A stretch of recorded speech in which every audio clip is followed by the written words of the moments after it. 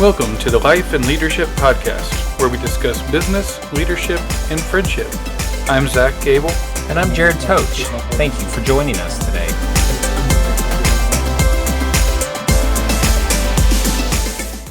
Hey, everybody, and welcome back to our podcast. Jared, how are you today? You know what? I'm fabulous. We are always fun today, and I have my beautiful wife with me today, Amanda. So we are going to discuss a little bit more about friendship, as we did last time. But I had several people mention that it would be good to dive a little bit deeper into that, and not just the friendship, but also the business aspect of it.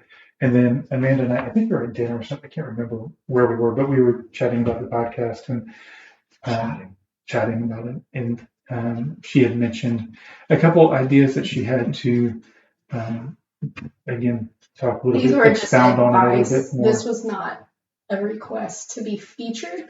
This was just, hey, I thought of this. This was not a request. And so then we just demanded that she come on the podcast. Actually, we've been asking her anyway because she's very brilliant. She just doesn't like to be recorded. So anyway, we're glad to have you here, and let's get started. All right. So the last podcast we talked about friendship, and we talked about business, and we talked about competition and friendship and business, and discussed a lot of things on those areas. And so it was brought up that we need to expound on that a little bit more. And one of the things that Amanda brought up was that there has to be trust in these friendships and these business relationships, whatever they may be. There has to be trust there in order for conflict to really work, in order for the discussions or arguments to really work. So I agree with that, and the way she explained it really made sense. So Jared, what are your first thoughts on that? So yes, I would 100% agree that trust is a must for friendships, and it's a must in order to have difficult conversations with friends, with people in general. Sorry. But I think before trust comes, or alongside trust comes, relationships, and establishing relationships, and getting to know a person first. And if you don't know someone truly, then the trust never comes. But I also think there's this component of vulnerability. So like you have to be vulnerable enough to say, I'm trusting that they come from a good place when they say that, and not take it personal, because if you take everything personal, then you'll never start getting those footholds of trust, right? So if you say, I know that they are taking it from a good place. So we had this discussion last week, or actually this current week, and I brought up the fact that like I trust my boss, and I trust leadership around me, that when they give me cool feedback, they are coming from a good place. Like they're coming from a space that they're not coming after me. They're not coming from a job, those types of things. But that didn't come overnight. Mm-hmm. Like that was time. That was conversations. That was spending time with these individuals. That was just getting to know their personalities, to know who they were. So it was like really developing those relationships. And interestingly enough, like one of my relationships had to be developed over a long distance, but just the things that they did by offering trust first to me, versus like just assuming I would trust them, but offering that hand of trust to me, like telling me explicitly that they trusted me and that they knew I could do a good job and I could do that. Like that opened the door, right? That opened the door for relationships. And I think when you begin to establish those relationships when you have those solid relationships, trust comes, and obviously trust can be broken 100%. But I think in order to have a strong relationship, whether it's with a client in a business or with a friend, like you do have to have trust. And with that comes relationships, which obviously takes time and energy and effort. Yeah, that's really good points, Jared. Relationships being built, and the three of us here have had very long time to build relationships together, friendships together, and uh, when. So we've already discussed on the podcast, when you and I kind of became friends and our friendship began. What about Amanda? You and Jared. So when did all that start? So Jared and I were friends before Zach was in. No, we were just friends. Let me run high first. And I was actually thinking about this. Jared, when did you all move to the house that you live in? What year was it? I was 12 years old, so that would have been a lot of years ago. So that would have been 28 years ago. Okay, so I was actually thinking about this because when you all moved into your house, you had a housewarming party for the church. And I remember at your housewarming party, I thought it was so cool that you have to take a step down to get into like your room or David's room or something. Yes. Like I remember this from years ago, and I just thought that was so cool. So that's my first memory of the Toach family. Was thinking it was so cool that there was like a step in there. I was 4 or 5, I guess. And then Zach, wow, what year was that? 2005. Yeah, 2005 is when I started coming to church. Yeah. You guys went to church. So. Yeah. So Jared and I were friends before that. Jared was kind of an older mentor to me. We sang together. He did a lot of our youth functions, so we were just close in that way. And then when Zach and I started dating, he was our fourth, third wheel all the time. Okay. So, and I apologize, Amanda, but this story has to be told. Okay, so I thought he was going to tell me I was messing it up. I know. I was pretty.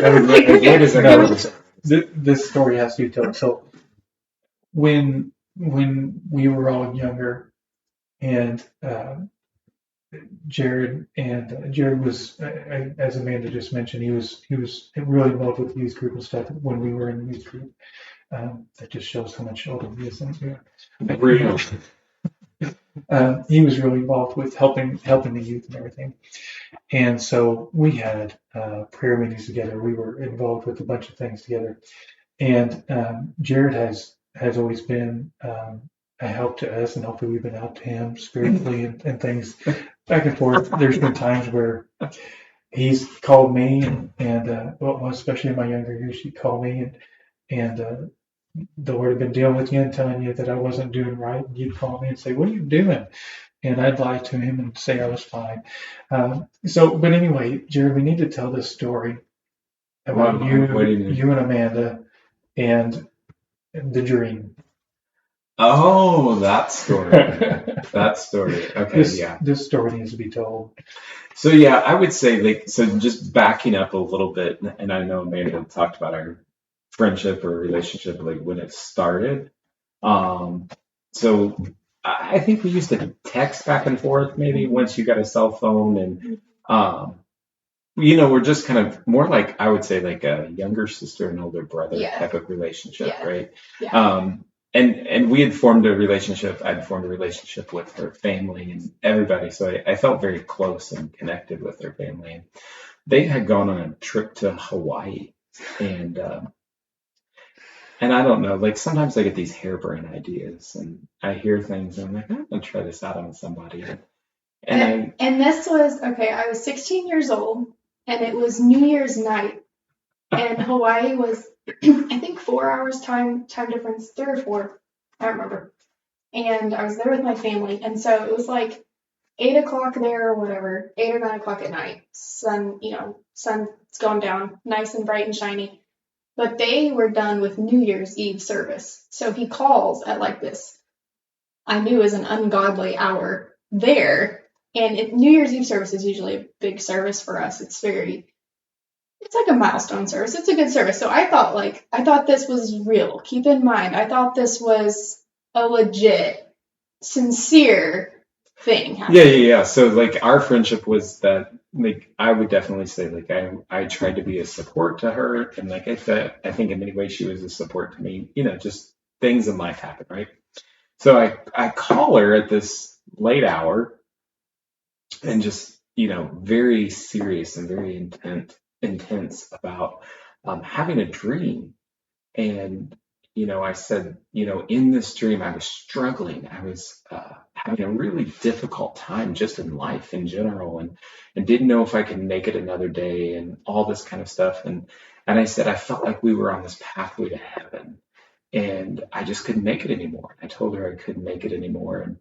And she said, you know what, Jared, I'm here for you. I'm going to be there for you. I will carry you the rest of the way. Okay, interjecting. So by this point, and he's like really elaborating as he's on the phone.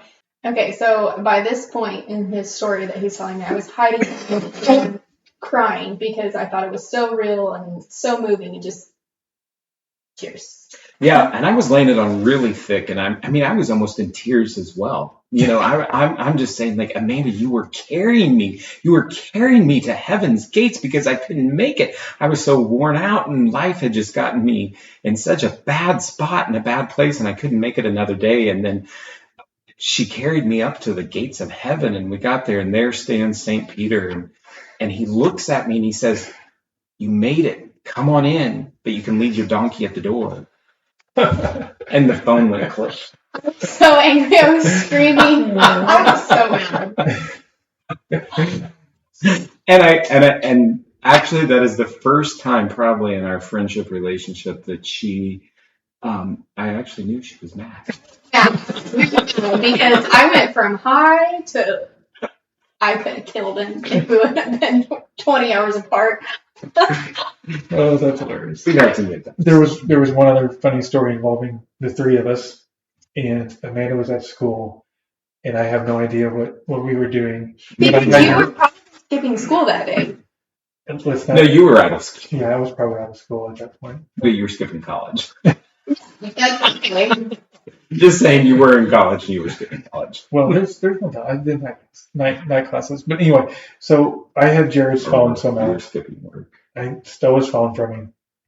And so I text Amanda, which Amanda shouldn't have had her phone on in school. Oh, I normally didn't. I didn't have, and I don't know what possessed me. I went to my locker to get something out of my locker, and I looked at my phone, and I really never did that, ever. And I did this day. I don't know why, but I did. Shouldn't have done it. So I had taken Jerry's phone, and from his phone, I texted Amanda and making it seem like it was coming from him. Oh, and it was like, I really appreciate our relationship, and don't tell Zach about our secret love. I remember that expressly. I was like, what secret love? And just remember, like, our relationship, friendship was like a brother and sister. It had no elements of romance whatsoever. Like, there was nothing there between us ever. And I was, yeah. Go ahead. No, I was just very upset, and I was going to go to one of the teachers, but I was like, I can't do that because then they'll know I have my phone. It was bad. It was bad. So how many hours did you have to contemplate? That was probably around noon. So it was like 3 hours that I was in torment about our secret love that I didn't know we had. Very awkward. Not reciprocated. So I think, like, kind of jumping back on topic, I think it's part of the topic. So over life and over time and over, all of that, you have experiences and encounters with each other that solidify and deepen a relationship, that help with that trust component, right? Yeah. So the more experiences you have with each other, the more time you spend with each other, the more you get to know another person, the more trust you develop. And now there's different types of relationships and different levels of trust and all that kind of stuff, because, obviously that level of trust and that type of relationship is, between friends, between close friends. It's very different for clients or people you're working with, or if you're an educator with the families that you're working with. But it's the same concept in many ways, because if you're an educator, you're thinking about, when do I have experiences that I either meet families in our spaces or we go to shared spaces and just gather with families, right? And have experiences together with families. And you say, well, how does that build trust? Well, you're building a relationship because all of a sudden you know more about that person. You experience that person's world and life. And then that trust, it's like it begins to develop. And so when something bumpy happens later, and now we're talking about in a school setting, when something bumpy happens later, you are more than likely to be forgiving of whatever has happened that maybe like startled you or shocked you, and you're more than likely to have a conversation with that person about what happened because you have developed trust in a relationship outside of negative experiences, right? You've had outside of just the school day or outside of just those things, you've built those connections, which helps solidify trust, Yeah, so I think what you said about the negative aspect of it is so important because when the only communication you ever have with someone is negative, so I'm looking at it from a standpoint where I deal with children a lot. If the only communication that child has with me is negative, every time they see me come around the corner, they get that feeling of negativity, and they're trusting me to be negative. There's trust being built there, but I'm trusting this person to act the way that they've always acted, and it's in a negative way. And so I think that it's important to remember that even if, a lot of times we say trust is a positive thing, but you can also have a negative aspect of trust as well that you don't want to have with people, especially children, or especially those close relationships. You don't want to have that negative aspect of trust there. Yeah, that kind of goes along with the podcast that we did on perspectives, that perspective that child has built of that individual is the perspective of they understand when they see them it's going to be a negative interaction. And one thing that I thought of earlier in the podcast was that building rapport with someone.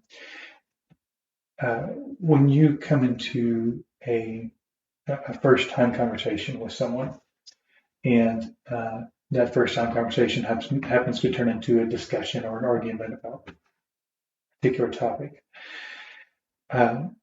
you're not, that other person's opinion is not going to hold much weight in your, or shouldn't anyway, hold much weight in your mind. Their opinion on the topic or their side of the argument, whatever it may be, there's not going to be much weight there because you just met them and there's no trust that's been built. You have no resume, if you will, of I've seen this person go through this situation, etc., so on and so forth. Does that make sense? Absolutely. No, and while you were saying that, I thought of my current job that I hold. I remember when I first started, the majority of people in my department are remote. And I remember somebody reaching out to me. So my very first encounter with some of my coworkers was reaching out to me to say, hello, hey, Jared, do you need help with anything? Let me know. And then gave me a few tips. That was my very first encounter with this individual that reached out to me the first time. This last week, I met them in person for the very first time. I've met them virtually on Zoom meetings. I met them, but my connection with that person, I had a very positive experience with them. Like I came in to when I met them, expecting them to be kind, friendly, and helpful. Mm-hmm. And we had lots of discussions at our meeting. Like we were discussing lots of important pieces of our work that required discourse and some uncomfortable conversations. Nothing bad or negative, but just some uncomfortable conversations where people had opinions. But I always held that person's perspective. Like I never took it personal or thought they were being personal about any of their perspectives. And that came from my very first encounter with that individual. Yeah. Where the rapport was starting to be built. Yep, absolutely. 100%. So you can't establish trust with a person and just think that I've established trust with the person, now I can move on, right? It always has to, you have to be very intentional. So trust is built with intentionality. I'm not saying it's built fake, in a fake means, or I'm just doing this to gain their favor or something like that. Like, no, true trust is not built through that, because the majority of people can read through fake. Okay, so you have to continue working at building trust. It's not I've got their trust and now that's it, right? I have to be intentional about everything I do in my life and every interaction I have with that person, knowing that is continuing to build on that foundation of trust that I have with that person. It's not a one and done deal. Yeah. So any client, I mean, because if you don't engage with your clients, if you don't engage with your families on a consistent basis, like, so I'm in a school setting, and so I meet families the beginning of the year, we invite them in or we go to them, and we set that kind of foundation of trust. That's not going to work if that's all that you do. It will eventually erode, and it's not enough to keep that relationship and to keep trust alive. So trust goes dormant. Yeah. Right. So trust is something that has to be continually worked at, and is not a one and done deal. So let's dive into the different ways that a person can prove to be trustworthy, not only in a relationship, but also in a business setting. Amanda? So I think that this was the conversation that started me really thinking about trust. We were having a conversation with some friends from Illinois, Caleb and Tiffany. Hey guys. And we were talking about Shout out to Caleb and Tiffany. We were talking about in marriage about trust, and it kind of started as this way of saying, how do you feel connected to your spouse? And we've heard it said, and no, it's not 100%, but typically women enjoy face-to-face relationships. So they enjoy talking and doing things face-to-face. And men, it's more of a side-by-side relationship. It's they can be doing things together, but they're not necessarily talking. It's golf, it's riding, it's whatever. So we were talking about how for Caleb, he was saying it's enough for him to be sitting in the car holding Tiffany's hand. And she wanted to be playing this game where they were conversing and they were just having these deeper conversations. And so what I said was, it's important that you have trust there, because in the car, when Zach has a phone call come in, for example, we're spending time together. He's going to do his best to only take calls that have to be taken at that time. We left on a Friday, so the office was still open. We didn't have our kids with us. We were on a double date. Yeah, we didn't have our children with us. So I had to trust that he was only going to take phone calls that were necessary. But I can't throw a fit when he takes a call. I have to trust that he's going to do what's required, and then the rest, he's going to give me that attention. And then he has to trust that I'm going to reach over, I'm going to hold his hand, I'm going to talk to him, I'm going to try not to drive him nuts with what I want to talk about. And that if I pick up my phone for a minute to do something, it's not that I'm sitting there on my phone chilling because I'm bored. It's because it's something that I have to take care of. We have to have this mutual trust, this mutual relationship of, I'm going to do my best for the situation, and you can't throw a fit about that. So I think what you were referencing, or it was interwoven in your discussion or your talk right there, is that you are continually building trust, because that level of trust did not happen overnight, but it happened over time. And I think the element of time is important to say, because the first time that Zach took a phone call, when you were sitting with him, talking with him, what did you feel? Like the very first time that happened, right? Because I mean, if I were a betting person, you'd have a little bit of frustration pop up inside that really he's taking this phone call while we're spending time together, right? And I'm sure there are things like he could say the first time something like that happened, right? So trust wasn't automatically there from day one. It it was something that was built over time. And by continually trusting a person or whatever, a relationship, by continually trusting a person, you're actually continuing to build that, make that trust stronger. And I think too, what's so important is trusting that the other person is going to be self-sacrificing, and you also making those choices to be self-sacrificing. No, you don't lay your complete person down, but you're going to try to do what's best for the other person, not always looking at what you want to do. If I did what I wanted to do, I would have my nose in a book the whole drive.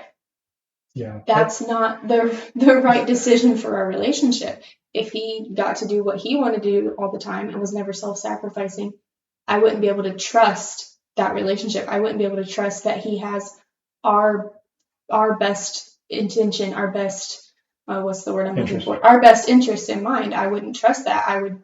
Yeah. Because you have to have that mutual relationship. You have to have that mutual concept of laying down yourself, of doing what's best for everyone, not just for you. Yeah. And in that conversation, that was, I think it was Caleb that brought it up, and he said, what one of them brought up, but what do you think is the most important part in a relationship? And that was my first answer, was selflessness. Mm-hmm. And to put, I know what Amanda likes, I know what she wants, and she knows what I want. And if we're both doing what we can to please the other, then we're going to have a great relationship. But if in a relationship or friendship or business, whatever it may be, if it's all selfishness and all about me, what can I get? What can I, then it's never going to work. That trust is never going to be built. And I think, and I don't want to jump ship here on the relationship side, but also on the business side, I think that is just as important on the business side. In an interview, I hate being in an interview, or even if people do on phone calls now, they call and instead of trying to set up an interview or come in and fill out an application, the first question out of their mouth is, how much does it pay? And I understand that, like, people, you have to know, is this worth my time?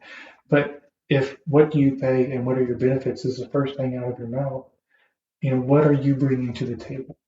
What, as I join your team, what can I bring to your company? What can I bring to your business? So it comes back to setting the tone for that trusting relationship. So if that's the first thing out of your mouth, and some people will say this is a good thing, some people will say it's a bad thing. Some people say I have the right to know those things. However, honestly, in my personal opinion, this is just Jared's opinion, like, you could make less, but be with a company that is absolutely 100% supportive, and you feel supportive, and you will figure out how to live with that less of salary, right? Yeah. But when you start that conversation, so you've already started that conversation and you've indicated to potentially your boss or the owner of the company or whatever, you've already indicated to them that, like, there's not a deeper level, like it's a very surface level. So if you start messing with my benefits or you start doing this, like, I'm peace out of your company. Or not even that. If a better offer comes along, there's no, anytime that's the first question is, what do you pay and what are your benefits? I'm pretty well certain that they're not going to be a good fit, because we have to spend time training our team. It's a costly and timely matter. And so I don't want to spend that much time training and that much those resources training someone that as soon as they get another phone call that, hey, we pay this, they're going to jump ship. I want someone that's going to buy into our business, buy into our vision. The climate and culture of your company. Yeah, mm-hmm. Exactly. And to know that we genuinely care about our team, we get involved. We've talked about this before, but on a personal level, as much as they want us to, we care about the families, we care about the kids, etc. We want trust there. We want trust to be built there. So jumping back to that part about selflessness and kind of dying to self a bit, I think that's very applicable in the business world, because sometimes when you have an interaction with a client or customer, they may not be right technically, right? Mm-hmm. But sometimes I would say that it's better to just listen before you speak, before you try to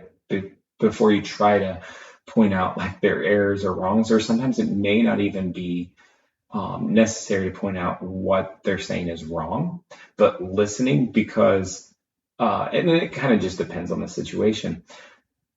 But in that aspect, you are kind of dying to self, and you're not the one that has to be ultimately right.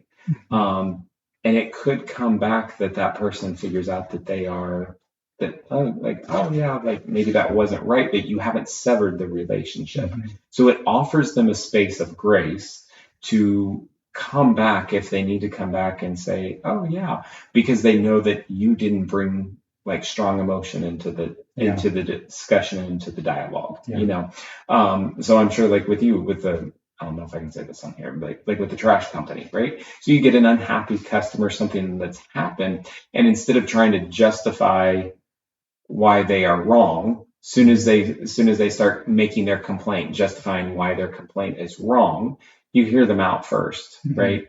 And I think I learned that, and I'm still working on learning that, but is hearing people out and making sure they feel heard, whether you agree with the topic or not. Like, it's that dying to self. Like, there's this part of me that wants to, when I think or know that I'm right, like I want to make sure you know that I know that I am right. And human nature right there. It is human nature right there. But I think, I mean, we're not going to pull apart every situation that you might encounter in the workplace or with customers or with families or whatever. But I think there is that element of dying to self when you are talking to customers, talking to other people who are complaining or have a complaint, and by listening or by hearing them out, like you might learn a lot about them or know how to handle a situation with them next. And then there's, once again, it just builds on that level of trust. Yeah, and so you're leaning to your mic earlier. Well, I was just thinking so much of where people's disappointment might come in is this feeling of the grass is always greener on the other side.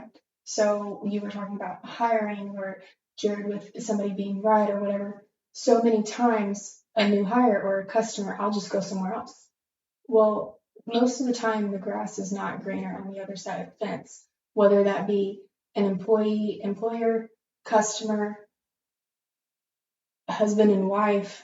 When things get tough, so many people just want to bail. And it's that they want to bail because it's sort of that instant gratification. It's, well, this is too hard, or this is too whatever. I'm right and they're wrong. And you just want to get out of the hard spot. If we stop taking ourselves out of hard situations, sometimes we need to deal with hard situations calmly, rationally. But if we do that, and then why did you look at Jared? I know, that sounds like calmly. No, I meant like sometimes you are right, and you have to be calm and rational. I'm right all the time, but I don't know about y'all. So, Amanda and Jared, with what you just said, Amanda, about going through hard times and stuff. So obviously, not especially in relationships, but even in business situations, trust can be broken. And it may be that you've built a relationship over years, and trust can be broken. So explain to me what your guys' thoughts are on that. What is the process of building that back? And so that was the next place I was going to go, because I was thinking in my mind, we need to make this a little spicy. Like just step into a little.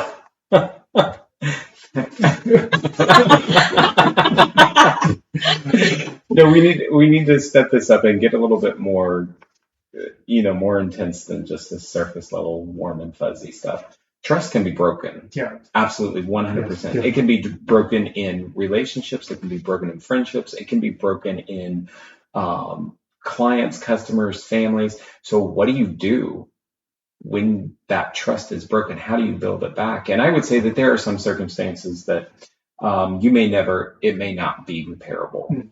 Like there are, and those are usually far and few in between, but there are times when it's not repairable. Like it's not going to happen, and both parties mutually agree we're going separate ways because trust is broken, and it's just better like for us to part.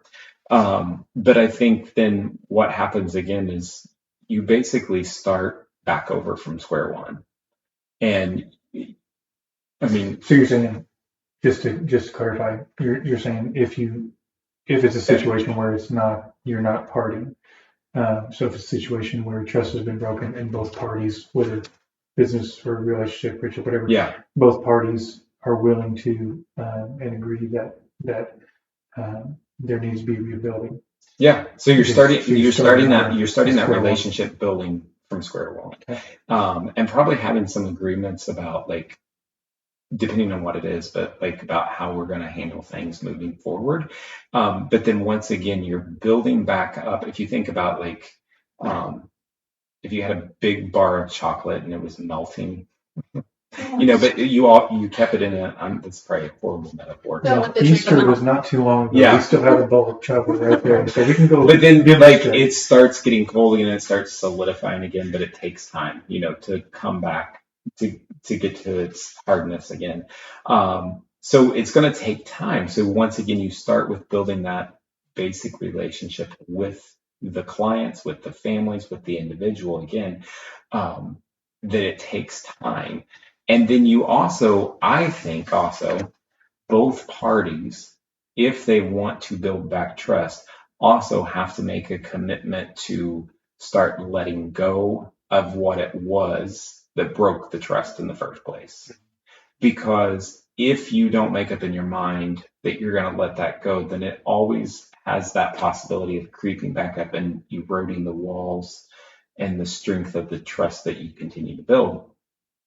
But I definitely think you start, I don't want to say from square one. I don't know if that's a good metaphor or not, but you start over again, like with those basic components of like, okay, we're building trust. We're creating this relationship. We're really working on our connections with each other. I'm dying to self.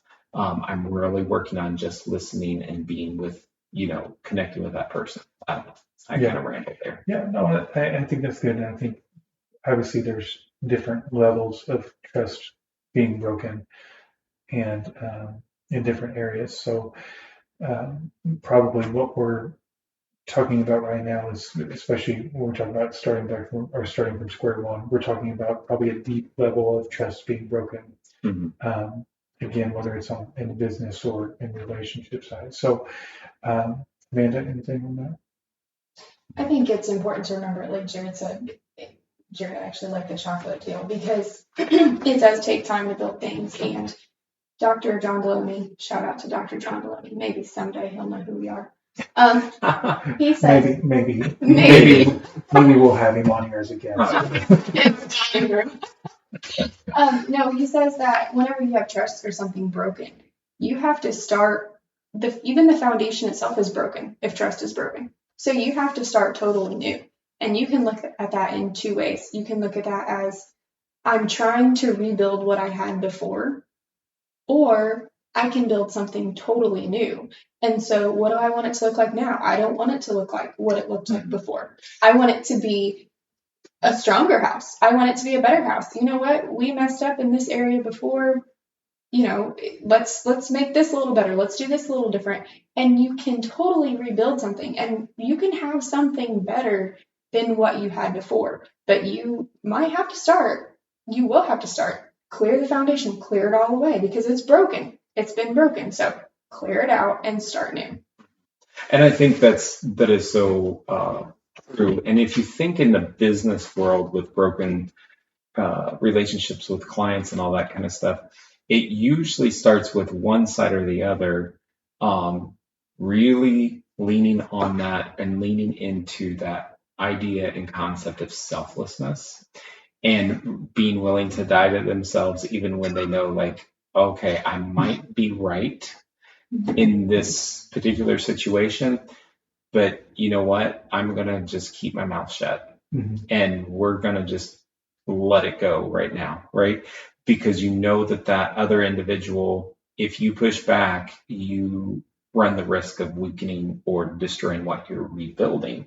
The other thing that I think both parties have to realize is that time in a relationship, building back trust is not a bad thing, because if you give it time and you're both willing to invest the time that it takes to rebuild trust, then exactly like you said, like it can be much better. But oftentimes people, I would say that people give up because it does take a lot of time. It does. But it's worth it in the end, in my opinion. I mean, if you do take the time to rebuild the trust, in the end, hopefully for both, for whoever it is, that it is worth it, and that the outcome is greater than the amount of effort that had to go into rebuilding. Yeah.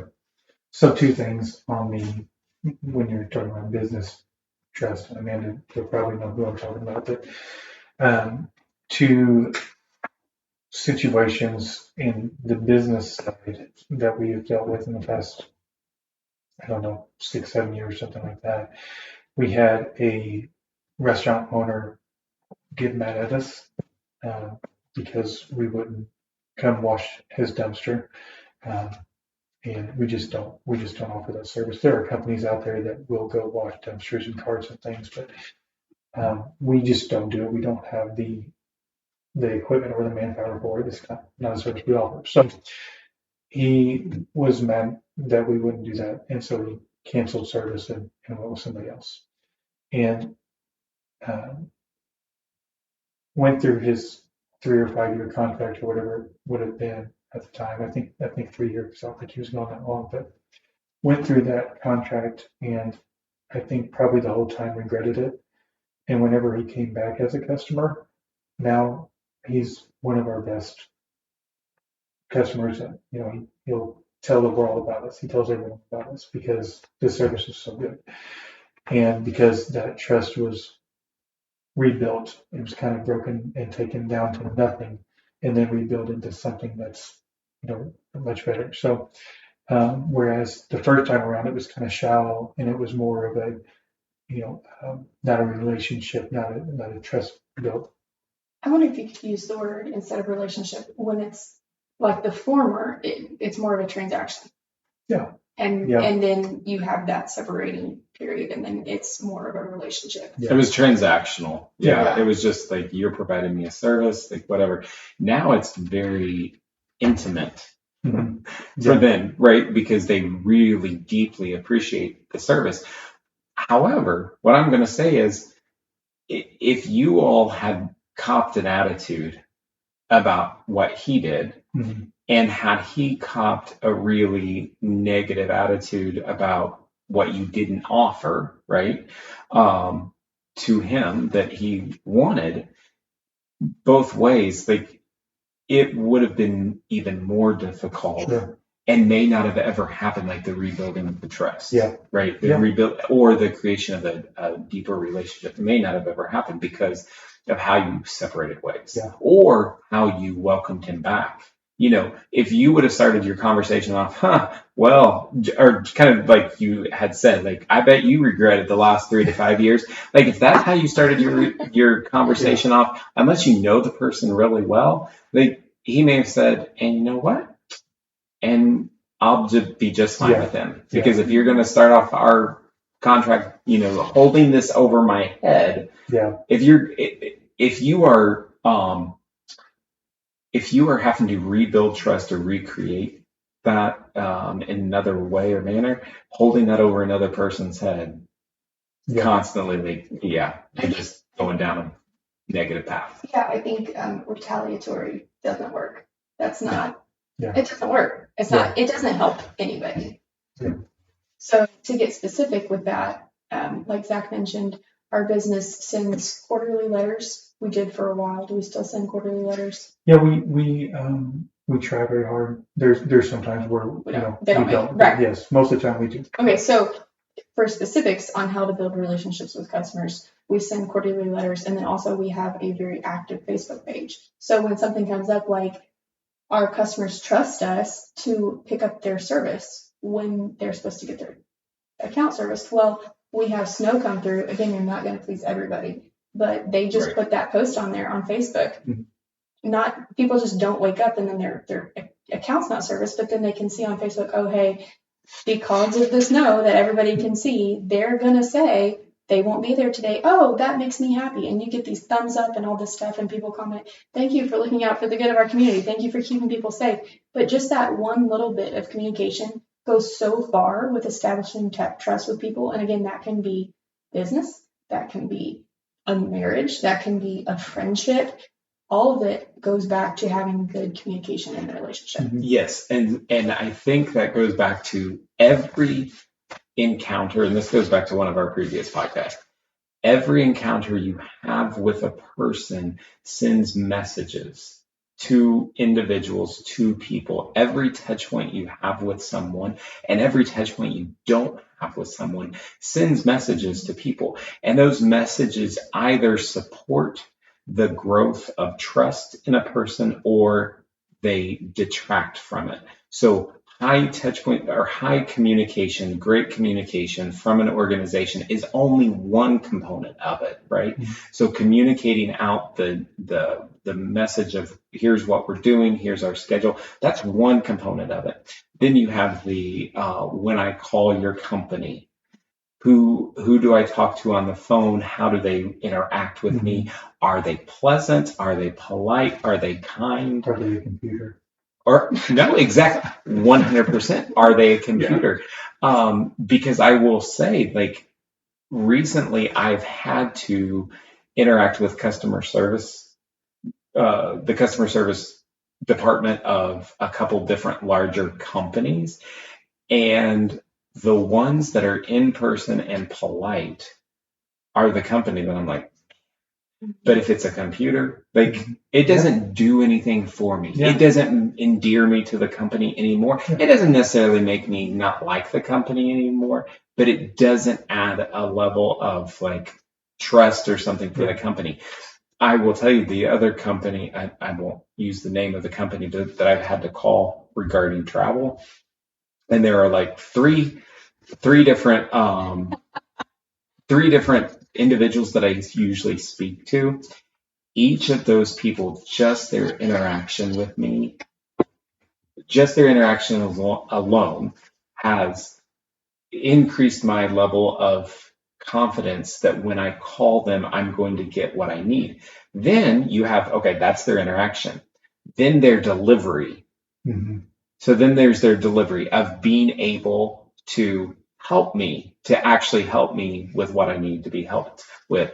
That point also builds my trust. Then there's the idea of transparency if they can't help me. And honestly, Jared, we're really sorry, but right now we can't do anything for you. Like we're going to have to try to find some other crazy way of getting you home.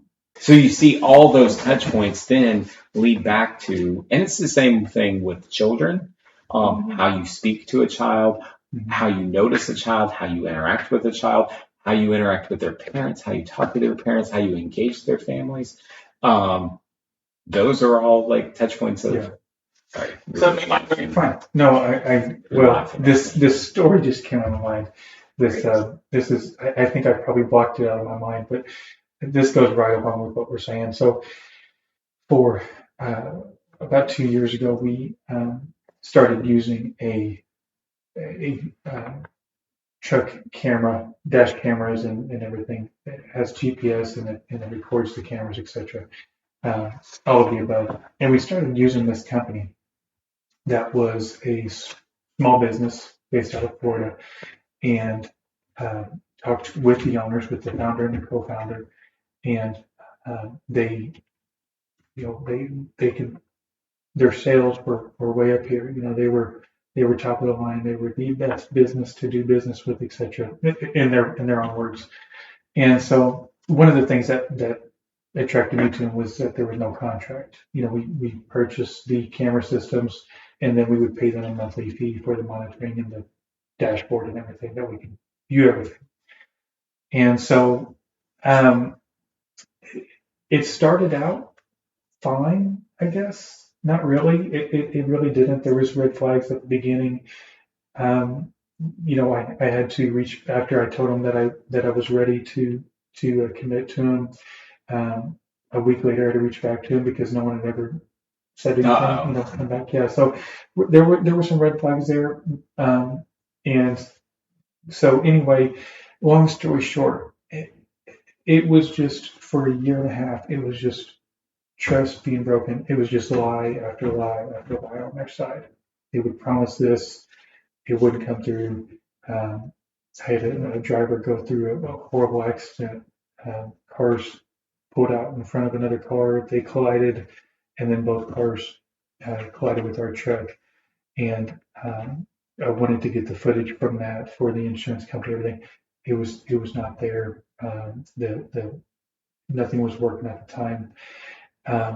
And so then they were dedicating, this account rep directly to our account to make sure that everything was working right and this and that. That person never returned phone calls, never did anything he was supposed to do. And so it was just ongoing. And finally, I say, look, and my reason for not just cutting the cord right away was because we invested about $50,000 into purchasing these systems.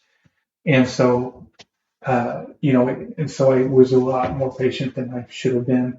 And I don't yell and scream. I don't curse. I don't, but Really? I can be very blunt and have a very, pointed conversation. And so, so I had several of those with them. And I was like, why does it have to be this way? Why can't you just do what you say you're going to do? And so then one of the things that really was the breaking point, the straw that broke the camel's back was the co-founder, which I have all of this in email. The co-founder promised me that they were going to lock in the monthly rate per truck for the life of us being a customer. And it wasn't even a year into it, and the founder, emailed me and said, "Hey, we're going to raise you up $12 a month per truck." And I said, "No, you're not. This is what we agreed to."